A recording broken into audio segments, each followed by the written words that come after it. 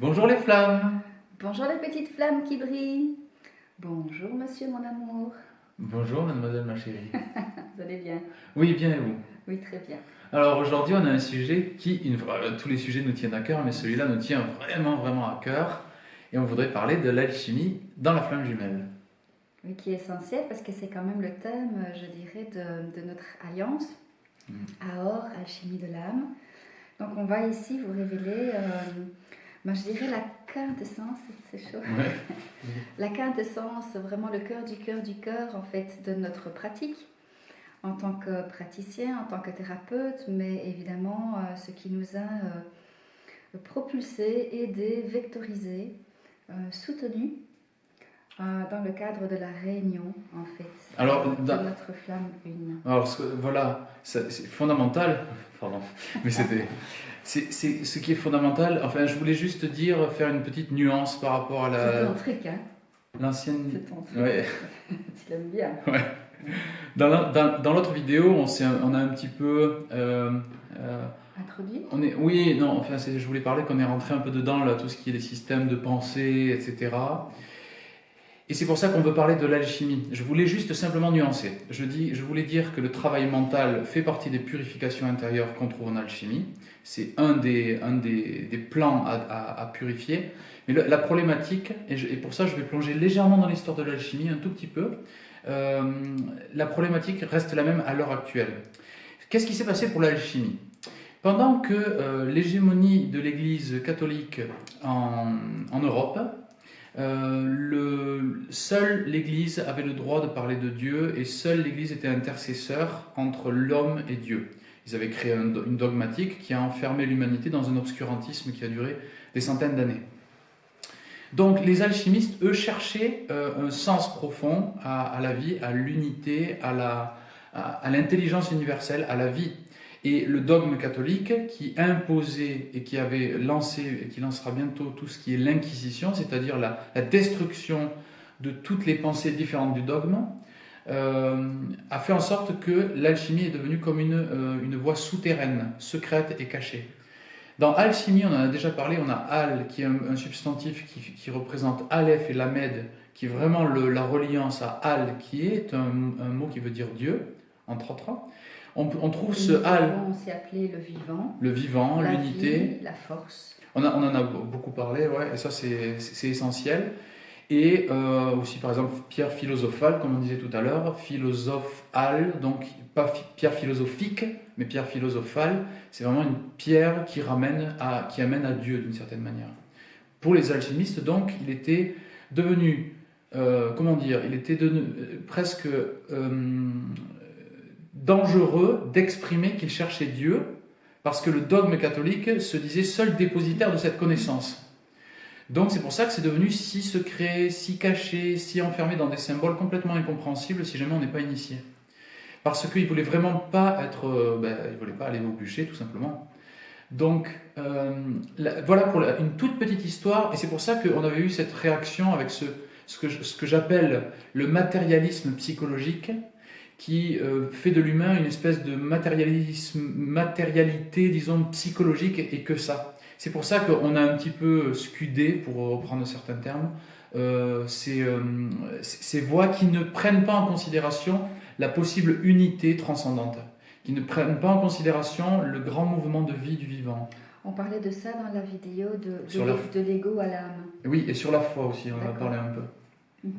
Voilà, donc c'était pour remettre légèrement, pour adoucir légèrement. Ces voies-là font partie d'un processus de travail intérieur que nous propose l'alchimie, qu'on va développer aujourd'hui, mais il leur manque essentiellement une reliance à quelque chose de plus grand, une forme d'humilité.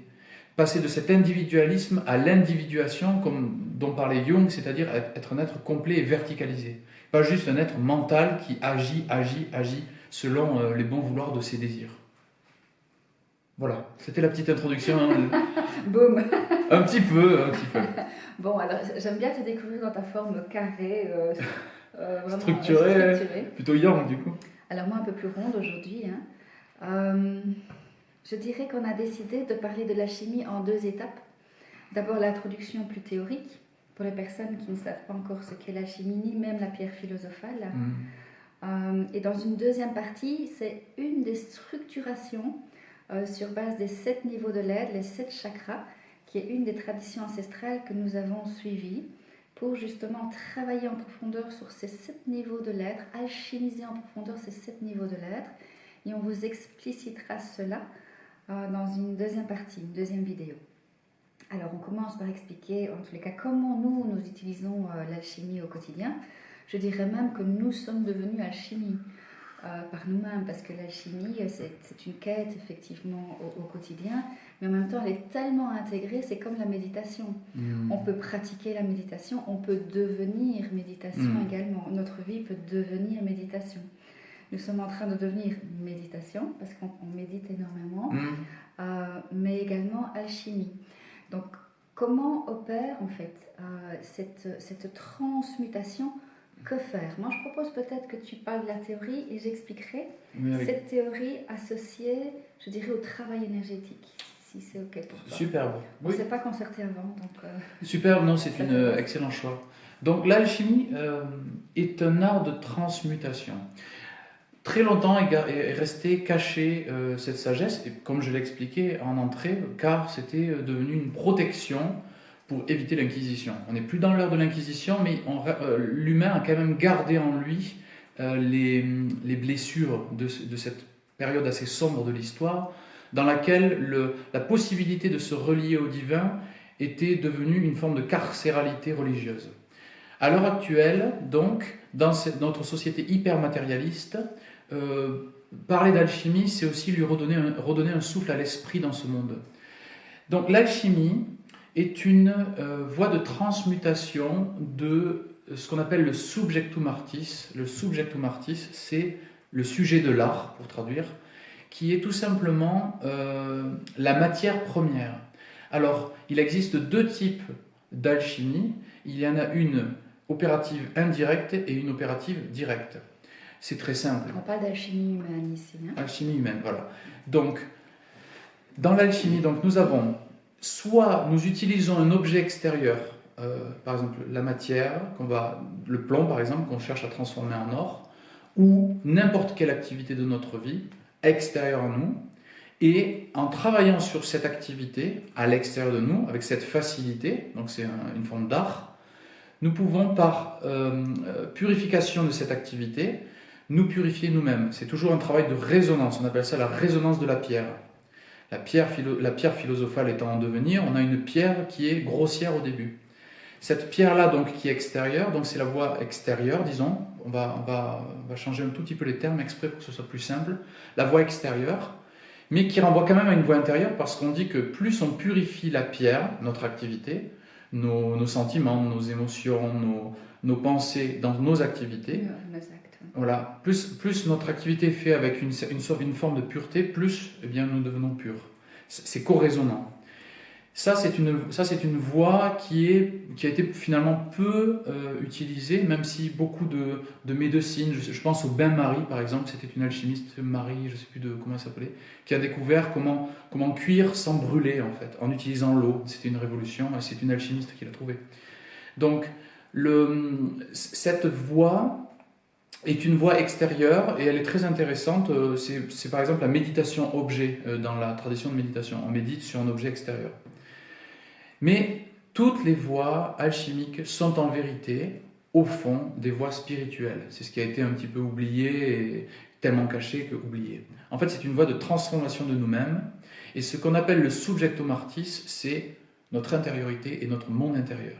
Autrement dit, l'humain, disons lambda, sans péjorativité, mais juste l'humain classique. Qui ne pratique pas et qui ne travaille pas sur lui. Voilà, qui n'a pas été amené aussi par la vie à ce travail-là. Et à se rencontrer. À se rencontrer. Vit dans le monde des choses, des apparences et des activités, uniquement. C'est-à-dire c'est un monde qui le tire par les différents impératifs de l'existence, de l'enfance à la vieillesse, c'est l'extérieur qui domine. Toutes les fonctionnalités. Fonctionnalités, action, réaction systémique même, on dira. Le principe alchimique et les pas de l'alchimie sont entièrement liés au fait que on commence à prendre en compte notre monde intérieur. c'est une introspection, c'est une forme de début d'introspection en tout cas.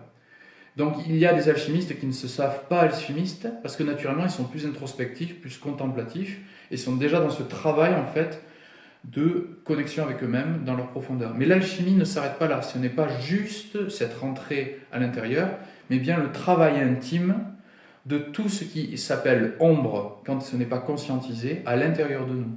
Autrement dit, toutes les forces qui, de prime abord, comme elles sont souterraines, inconnues, parce que pas regardées, dominent nos activités. Donc dans nos actions-réactions, on va être sur le système égoïque, on va être sur ça m'ennuie, selon mes paramètres, donc je suis ennuyé, il pleut, donc je suis triste, il y a une personne en colère, donc je me révolte, il y a tel truc qui arrive, en fonction de mon système, je réagis comme un automate.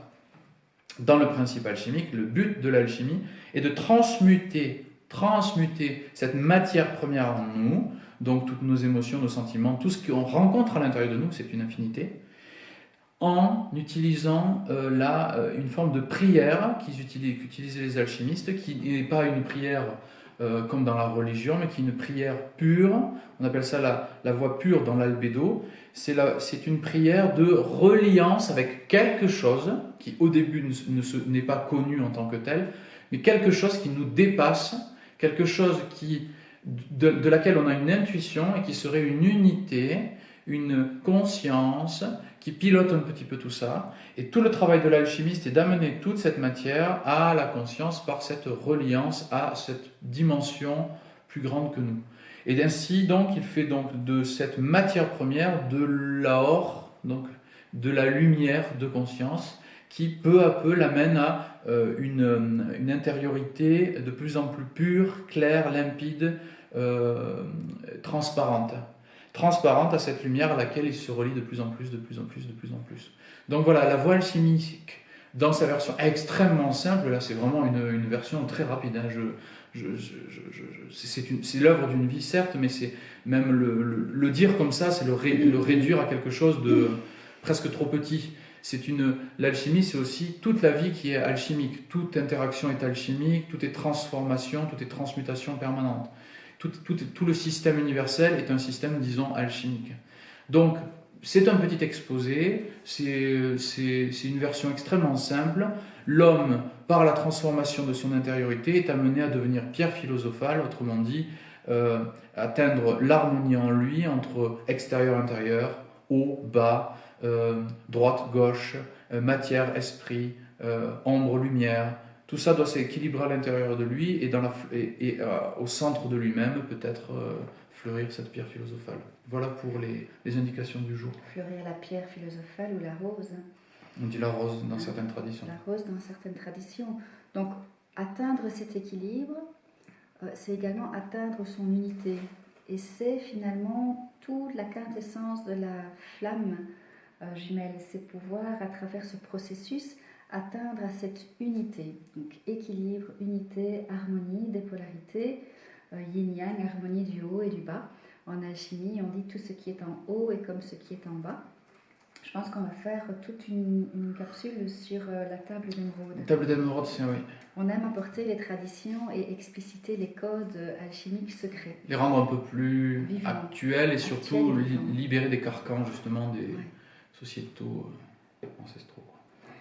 Donc voilà un outil précieux qu'est l'alchimie, c'est-à-dire comment venir travailler toutes ces blessures, je dirais, ces blessures d'âme, ces blessures d'enfance, ces blessures de circonstances de vie, toutes ces ombres égotiques qui sont aussi magnifiques, comment utiliser leur violence, parce qu'il y a une force là qui est inouïe dans ces ombres, énormément de lumière, à condition qu'au lieu d'être dévoyé dans cette humanité que je dis horizontale, donc uniquement basée sur l'ego, comment utiliser cette force et la relier vraiment vers notre verticalité. Pourquoi est-ce que je parle toujours de verticalité? J'expliquerai dans la vidéo suivante. Les 7 niveaux de l'être, lorsqu'ils sont alignés le long de la colonne vertébrale, ces 7 corps en fait forment cette unité, cette harmonisation, hein, on va en parler. Oui. Alors moi je voudrais ajouter quelque chose par rapport à ce que tu viens d'expliquer, oui. C'est l'énergie. Donc vous le savez, puisque j'ai eu l'occasion d'en parler, j'ai vécu ce qu'on appelle des expériences énergétiques spontanées, comme beaucoup d'autres d'entre nous. C'est-à-dire que je vaquais à mes occupations et des flux d'énergie m'ont traversé, je dirais, du haut vers le bas, du bas vers le haut. C'est un domaine que je ne connaissais pas, mais que j'ai appris à maîtriser et que nous enseignons d'ailleurs, cette maîtrise au cours de formation, au cours d'initiation énergétique. Pourquoi est-ce que j'en parle? Parce que cette utilisation de hautes fréquences énergétiques aide le processus alchimique. On peut pratiquer l'alchimie en conscience, c'est-à-dire passer de toutes ces versions de nous dominées par toutes ces ombres et toutes ces forces que j'appelle les animaux. On peut vivre notre vie dans cet inconscient, à faire, à être fonctionnel, mais être aussi à côté de notre véritable, je dirais, quintessence, de la vérité de l'être. De notre âme. De notre âme. Donc, si vous voulez, cette énergie, quand elle est maîtrisée, elle nous élève en conscience. Elle nous aide à passer de ces versions inconscientes de nous vers ces versions de plus en plus conscientes. Lorsque vous augmentez par différents vecteurs, il en existe plusieurs voies. Lorsque vous augmentez votre énergie, vos vibrations, vous augmentez en même temps votre niveau de conscience. Augmenter le niveau de conscience revient à passer de vos versions égotiques, parce qu'il peut y avoir plusieurs versions égotiques, à la version de plus en plus pure, de plus en plus unifiée, et vous reconnecter avec plus de facilité à votre âme. C'est un chemin. Donc plusieurs de ces vecteurs existent, à vous de regarder votre sensibilité. Ce qui résonne avec vous. Ce qui résonne avec vous, on en explicitera plusieurs. C'est pour ça qu'il en existe d'ailleurs une infinité de voies, parce que chacun de nous est presque amené à trouver une nouvelle voie de cette élévation de conscience. Oui. Puisque chacun est comme un instrument de cette alchimie qui se joue dans chacun des êtres, quoi. Alors je dirais finalement, quel est le lien avec l'alchimie? Donc l'alchimie nous permet de transmuter ces ombres. Eh bien, lorsque vous travaillez pendant ce processus où vous venez déterminer, identifier vos animaux intérieurs, donc toutes ces versions égotiques de vous, toutes ces versions souffrantes de vous, le processus consiste à identifier et ensuite les amener de plus en plus vers la conscience. Eh bien, lorsque vous travaillez en énergie, c'est-à-dire lorsque vous êtes capable par vous-même, pour vous-même, à travers vous-même, de canaliser ou d'activer des hautes fréquences énergétiques en vous, eh bien, ce processus d'élévation de conscience, de se donner à cette énergie, à cette lumière, à cette haute conscience, en fait, est facilité. Ouais. Donc, c'est un processus que nous utilisons au quotidien. Nous avons été tous les deux initiés à plusieurs traditions. Qu'est-ce qu'une initiation? C'est la syntonisation dans votre matrice énergétique de fréquences énergétiques plus hautes que votre propre électromagnétisme. Très intéressant ce que tu dis. Je viens d'avoir une pensée à propos de la table d'émeraude. Il parle le télème du monde universel est ici. C'est une des phrases clés de l'œuvre de Hermès Trismégiste dans la table d'émeraude. La force télesma, c'est cette force-là. C'est la force qu'on peut diriger, la force d'ailleurs dans Star Wars, d'ailleurs, si on veut le dire, c'est la même chose. C'est la force qu'on peut, par notre volonté animée d'un amour de l'unité, diriger au service du bien, au service de l'unité, au service. C'est exactement ça. Donc en fait, cette force téléma, c'était quelque chose que je crois que c'est issu de l'Égypte. C'est vraiment la capacité à diriger le flux, parce que nous-mêmes, nous sommes devenus si transparents et purs à ce flux, de se laisser traverser par ce flux et ensuite de le diriger dans des buts qui sont de moins en moins égoïques. Donc j'aime bien cette version parce qu'il y a plusieurs façons d'utiliser effectivement cette énergie, une manière un petit peu plus volontariste et une manière, comme tu viens de dire, se laisser traverser. Ouais. Donc lorsque nous sommes initiés, nous syntonisons, c'est le terme, des hautes fréquences vibratoires qui viennent, lorsque l'on pratique sur soi a posteriori, qui viennent réaligner nos différents plans conscience. Donc qui vient nourrir ces différents plans conscience, y compris nourrir notre polarité yin et yang, de sorte que l'on soit de plus en plus dans notre unité. Et c'est à ce moment-là que, lorsque progressivement nous travaillons notre unité, que la réunion est possible. Voilà, en revenant là du coup sur la flamme jumelle, quoi. La flamme jumelle. Ouais. Donc, nous ne prêchons pas pour notre paroisse, on ne va pas dire ça comme ça, parce que Non. ces vecteurs énergétiques, ils existent un peu partout. Oui. Vous pouvez par exemple, vous pouvez aller pratiquer ou simplement baigner dans des hautes vibrations sur des points géobiologiques, géotectoniques, des hauts lieux vibratoires, des lieux sacrés par exemple. Des temples. Là, la vibration est plus élevée. Ça a été pensé pour ça. Cette vibration plus élevée entre dans vos méridiens et viennent déjà décortiquer tous ces nœuds en fait, qui empêchent ces différents corps conscience en fait. Tous ces nœuds empêchent ces corps conscience de se réaligner. On va en parler dans une prochaine vidéo. Donc le simple fait de baigner dans des vibrations plus hautes, il existe différentes traditions. Par exemple, on parle du Reiki, on parle du Shambhala, nous par exemple, nous sommes tout à fait connectés aux énergies qui étaient pratiquées du temps des Égyptiens, bien sûr, et Esséniens, mais bien d'autres. Il y en a une infinité. Il y en a une infinité.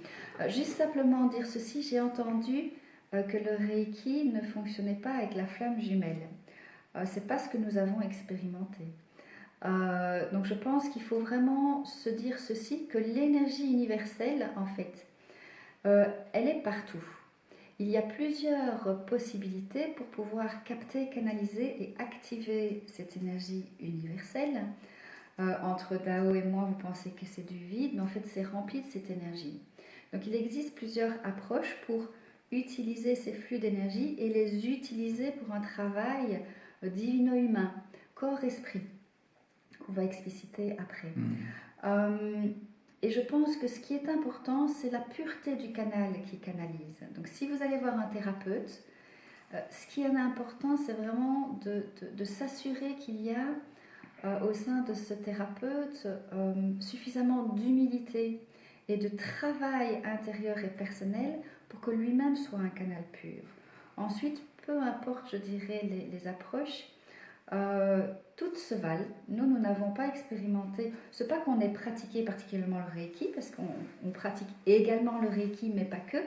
Dans le cadre de la flamme jumelle, on a pratiqué d'autres choses, mais c'est simplement pour rétablir notre vérité en tous les cas.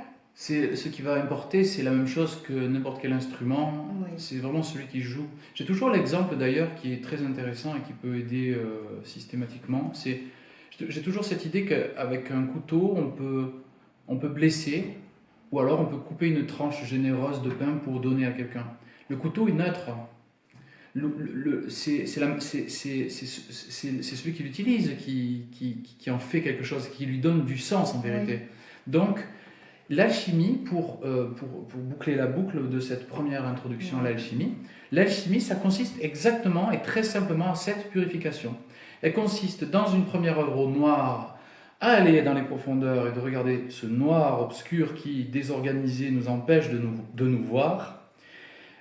L'œuvre au blanc, c'est la purification, la compréhension, par la montée énergétique progressive, plus on a conscience, plus l'énergie vibre haut, plus on peut aller chercher de plus en plus profond des énergies qui ne sont pas organisées, plus on a de cette force-là, plus on peut aller en profondeur. Donc l'œuvre au blanc et l'œuvre au noir sont un peu corrélatives, elles se jouent un peu toujours en résonance. Entre la forme chaotique de soi égotique et la forme de plus en plus lumineuse. C'est ça. Et enfin, l'œuvre rouge est ce qu'on appelle un adombrement. Donc ça, c'est quelque chose qui a été passé sous couvert pendant très longtemps, mais qui maintenant, il est permis de donner comme code, de révéler. C'est que l'œuvre rouge se passe quand on est assez pur pour que la lumière vienne en nous d'une manière qui n'est plus du tout égotique, qui n'est plus du tout personnelle, mais qui se fait comme un flux.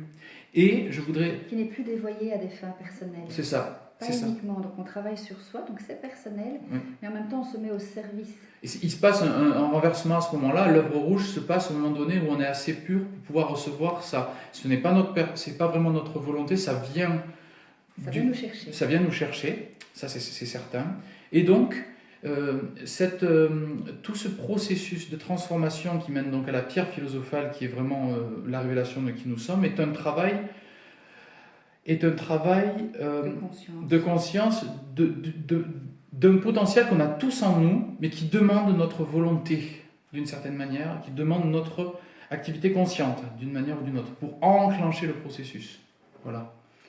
Donc ce que propose ici, ou ce qu'explique plutôt Dao, c'est que ce processus, il peut être enclenché par votre simple volonté, indépendamment de toute pratique énergétique. C'est ça. Donc cela peut être pratiqué chez vous immédiatement, avec un petit peu, je dirais, peut-être d'accompagnement, mais si vous avez cette intuition, vous pouvez le faire seul. C'est vrai qu'il y a des gens qui atteignent à ça, mais sans avoir rien. Non. C'est juste parce qu'ils ont le travail correct intérieur. C'est comme engrammer Oui. à l'intérieur de nous. Comme des mémoires. Voilà, l'alchimie n'est pas. C'est intéressant, je t'ai légèrement coupé, je suis désolé, mais l'alchimie, ce qui est intéressant, c'est que c'est un processus intérieur qui est universel en fait. Il appartient à tout le monde. Voilà, on pourra calquer ce schéma alchimique un peu partout. Parce que c'est quelque chose qui est complètement, qui est naturel en fait, qui est un processus d'élévation de conscience, pour revenir, qui est tout à fait naturel, tous les éléments de la nature s'élèvent en conscience en quelque sorte, selon ces dégradations précises qui appartiennent vraiment au règne de la nature pour le coup. Oui, et donc on peut le pratiquer seul. On peut également le pratiquer avec un travail énergétique supplémentaire. C'est-à-dire là, vous travaillez sur votre électromagnétisme. Et si vous pratiquez un travail énergétique, eh bien, ça va accélérer cette potentialité. C'est-à-dire que ça va élever votre vibration. Et en élevant votre vibration, ça élève votre niveau de conscience. Vous prenez de plus en plus conscience de vos souffrances intérieures. Vous portez un regard de plus en plus aiguisé, vous êtes vraiment dans le discernement de ce qui se joue à l'intérieur de vous, plutôt que d'être happé par vos fonctionnalités et vos tâches quotidiennes. Eh bien, vous prenez un temps vraiment pour faire ce travail énergétique de purification, d'élévation de conscience. Donc c'est un processus qui accélère. Et donc la flamme jumelle, pour juste parler de ça, est effectivement une rencontre qui fait une élévation vibratoire en fait. C'est comme toutes ces voies-là, ça fait partie de ces multiples voies. La rencontre dans la flamme jumelle est une rencontre qui élève la fréquence pour nous amener à nettoyer à l'intérieur de nous toutes nos scories. Voilà.